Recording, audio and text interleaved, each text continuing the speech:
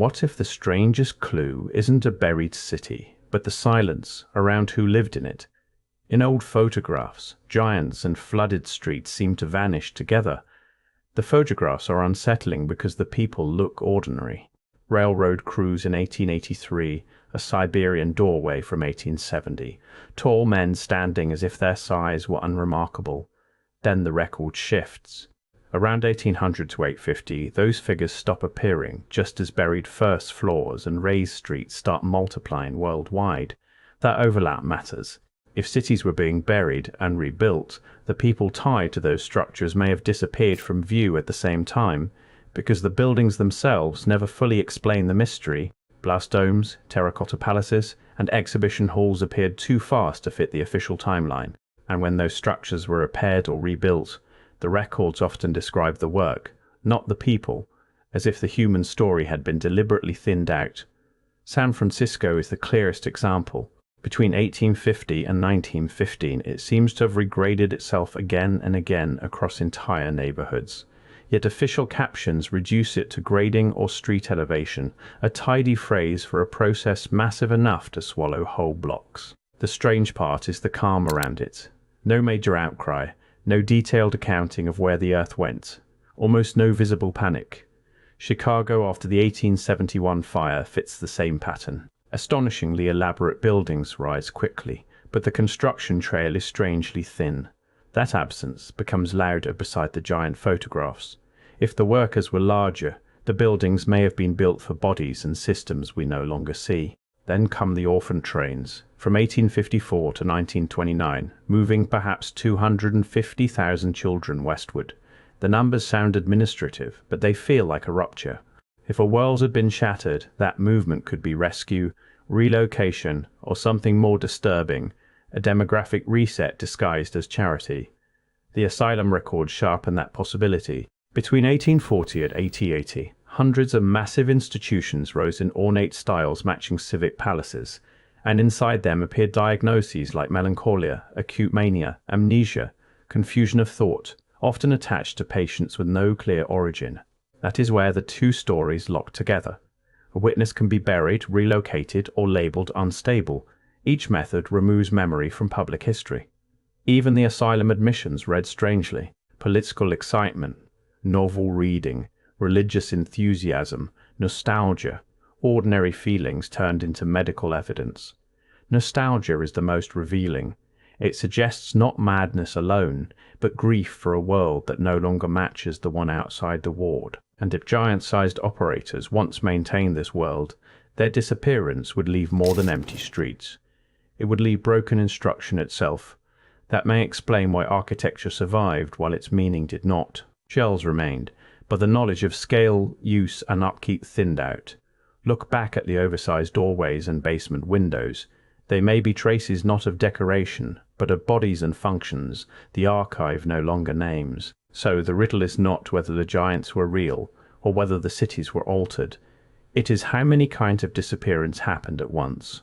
When records go sparse, buildings go silent, and whole families vanish into institutions or trains, the absence itself becomes the loudest evidence.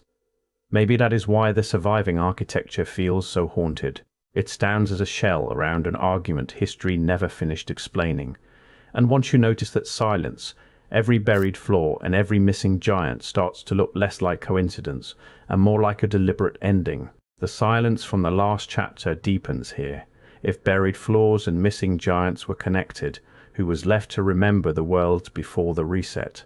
Look at the photographs again, not circus oddities but labourers in work clothes, standing beside doors 12 feet high, as if scale itself had changed. The same shock appears in city records, San Francisco, Melbourne, Moscow, Buenos Aires, Chicago, all showing streets dug up and first floors swallowed. Officially, those projects were grading or elevation work, yet the scale feels enormous, and the records never quite explain where the earth came from. That absence matters, because it mirrors the missing giants, buildings altered, bodies absent, and no first-hand account surviving the narrow window of destruction. Chicago, after the 1871 fire, rebuilds with astonishing speed, but the paper trail is thin, as if the city could document outcomes, not methods. The orphan trains sharpen that unease. Between 1854 and 1929, about 250,000 children were moved west, too many to feel like ordinary charity. Then come the asylums.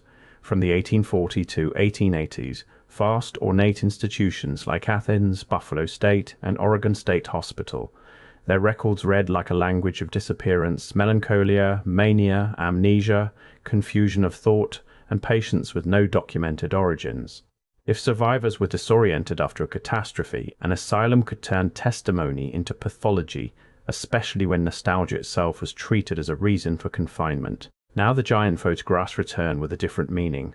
They were not anomalies, but part of the same erased population moving through the record. A Siberian image from around 1870 even shows 3 men beside a 12-foot door frame, one worker ducking casually, as if that scale was normal. Another photograph from the American frontier in 1883 shows railroad workers of mixed heights, the tallest towering 3 feet above the others. These oversized bodies match the oversized architecture, large doors, buried windows, and buildings that seem designed for an operating scale we lost. If the giants maintained those systems, their disappearance would leave not only empty streets, but silent machinery, broken procedures, and unreadable methods. That is why the buried city and the vanished giant feel synchronized, almost like one event stripped away the people who knew how the other half worked. And still the question remains, were those disappearances accidental, or did someone decide that testimony, scale, and memory all had to end together? The strange part is how ordinary the loss appears in paperwork. Rebuilt streets, admitted patients, relocated children, each record calming the same upheaval.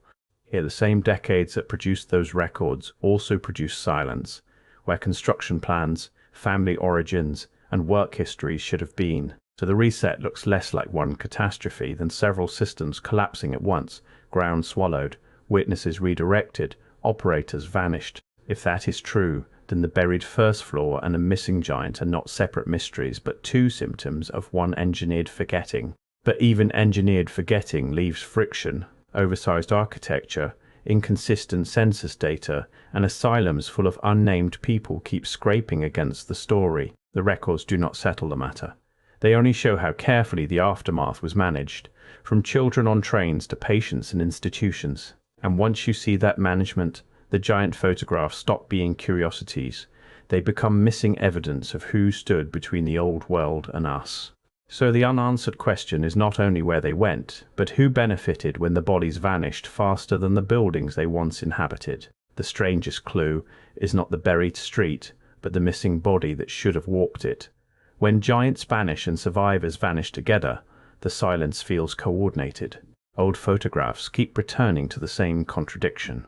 Ordinary laborers beside door frames 12 feet high, or railroad crews where 3 men rise far above the rest. That same era also shows cities ripping themselves open. San Francisco regrading neighborhoods between 1850 and 1915, as if whole districts had to be dug back out. The paperwork is what deepens the mystery. Official captions call it grading, yet the records rarely explain where all that earth came from, or why nobody protested. In Chicago after the 1871 fire, hundreds of elaborate buildings appeared with startling speed, but the trail of plans, foremen, and workers is frustratingly thin. That speed matters because it echoes the giant photographs. Bodies and buildings seem to belong to the same vanished system, as if one could not survive without the other. Look at the asylum boom between 1840 and 1880. Palatial institutions like Trans-Allegheny, Athens, Buffalo State, and Oregon State Hospital rose everywhere at once. Their patient lists read like a translation problem: melancholia, acute mania, amnesia, confusion of thought, and too many people with no recorded origin. Now compare that to the giant absence. If those towering figures were the builders or guardians, an asylum could hide memory instead of merely treating illness. That possibility sharpens around the orphan trains, operating from 1854 to 1929 and carrying roughly 250,000 children from eastern cities westward. Officially, they were street children and immigrant casualties. But when the numbers look like a demographic reset, the question becomes what was being redistributed. Because by the same period, giant photographs stop appearing too. Not gradually, but like a switch flipped, leaving only standard-sized people and oversized architecture behind. That timing matches the buried streets and the buried people too neatly to dismiss. If the city was being reset, who decided which lives were recoverable?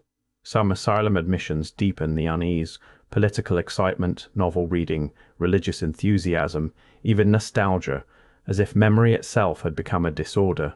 And that matters because survivors from a buried world would arrive looking unreasonable, even dangerous, simply for remembering what everyone else had lost. Meanwhile, the giant record hints at another kind of guardianship: oversized doorways, basement windows, and work clothes sized for a different human scale.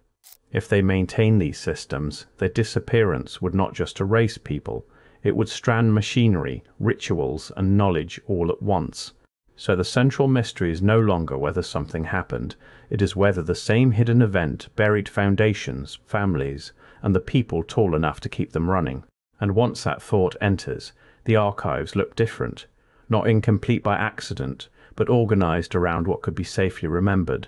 The photographs, the orphan trains, the asylums, the street excavations.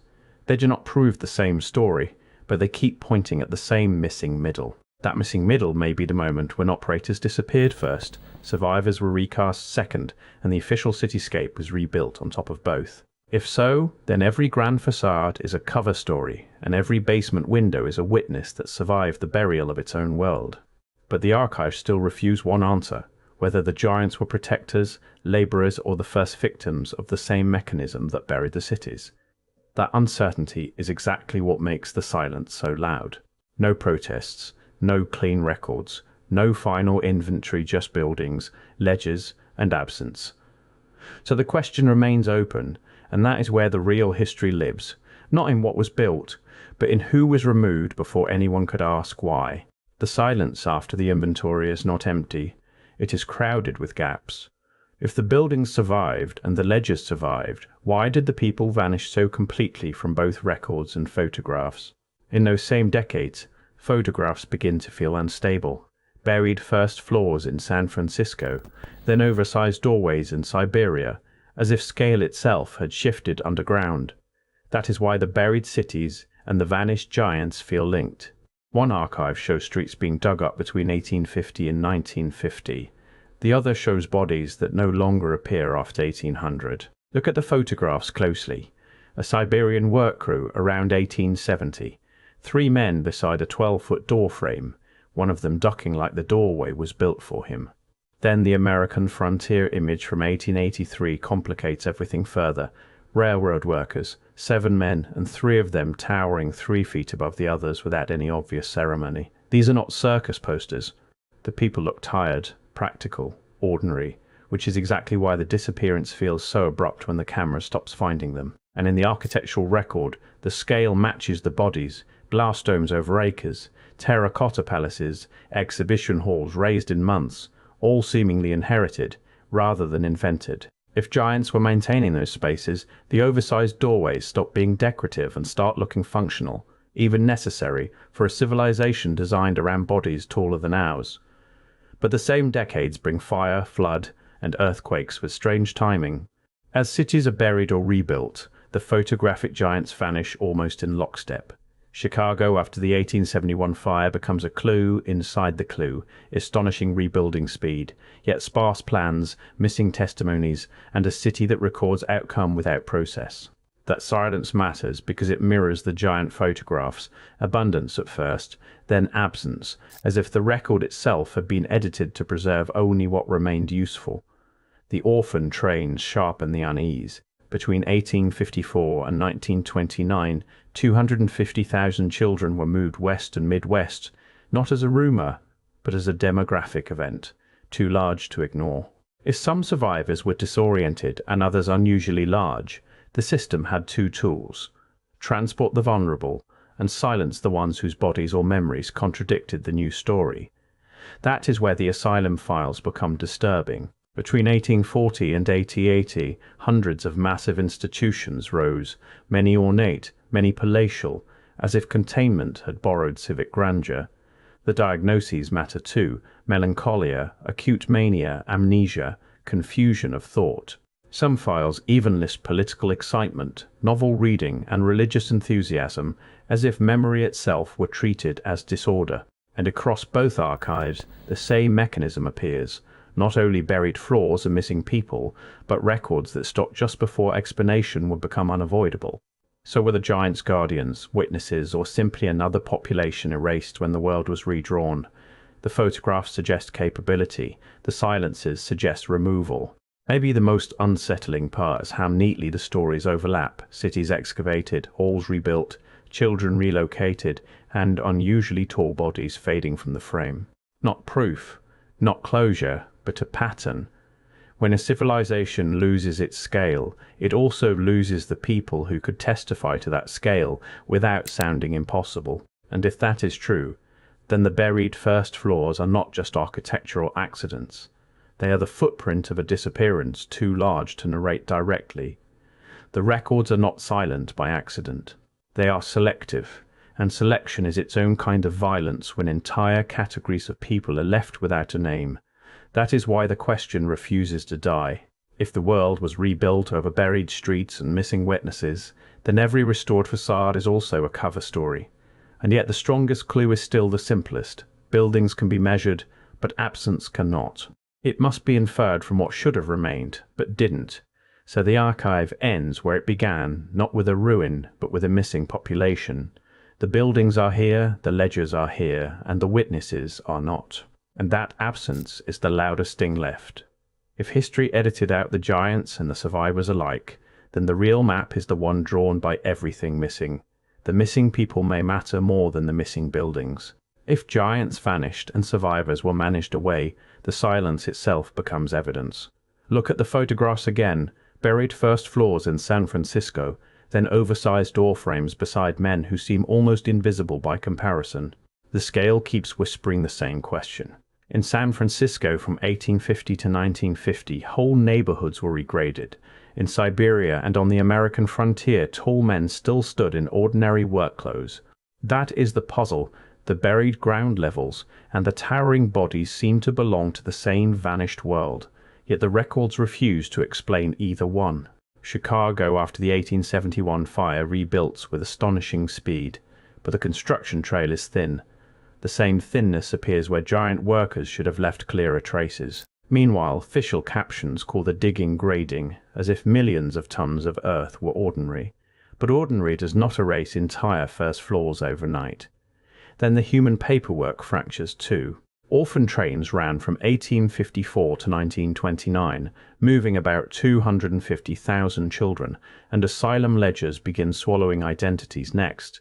Those institutions were vast and ornate: the Translager Lunatic Asylum, Athens, Buffalo State, Oregon State Hospital. If giants were gone, who kept such places running?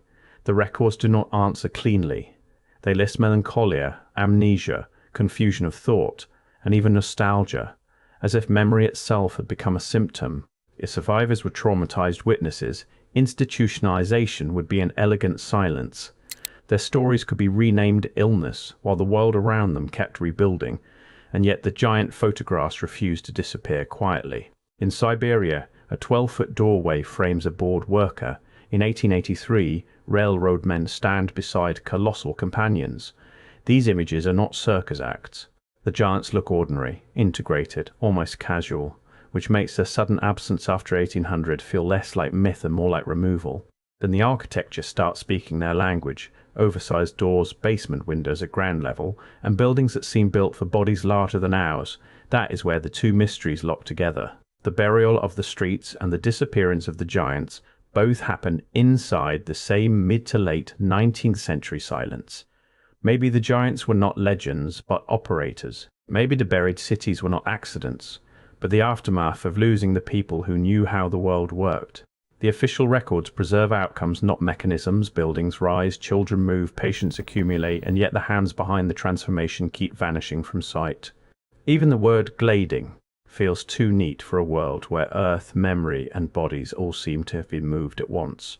The explanation shrinks beside the damage, so the question changes. Not whether the old world existed, but whether its witnesses were buried, categorized, or simply allowed to fade into new paperwork. because the same century that produced buried facades also produced orphan trains and vast asylums.